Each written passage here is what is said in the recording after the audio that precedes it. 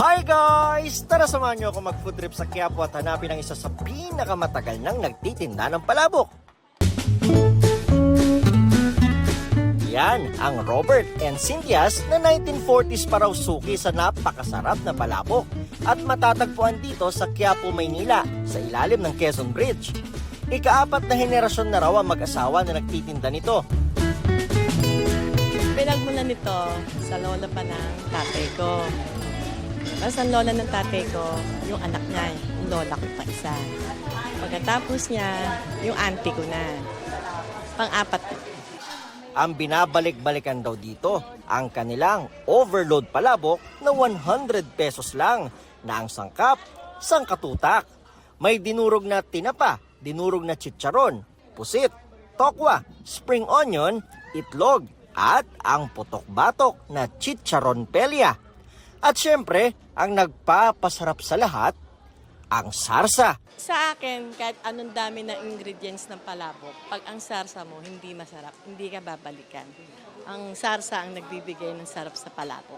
Yun ang pinamana sa akin sikreto. Ano ang pinaka-ingredient na nagpapasarap sa kanya? Secret.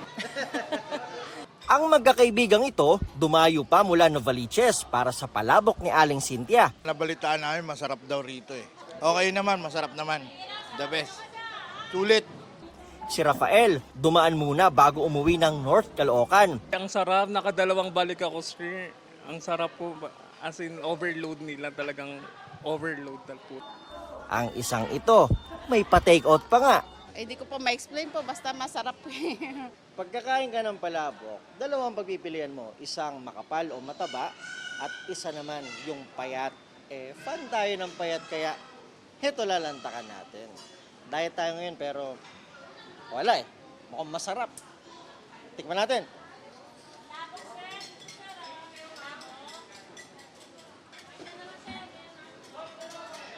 Sobrang sarap. The best.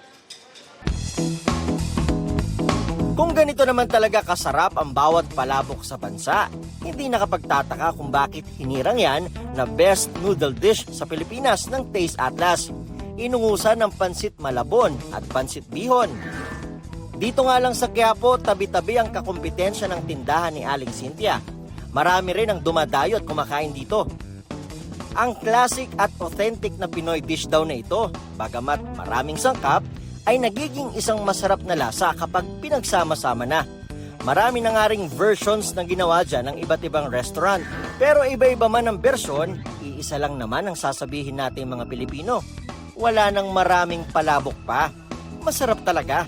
Para sa GMA Integrated News, Nico Wahe, ang inyong saksi.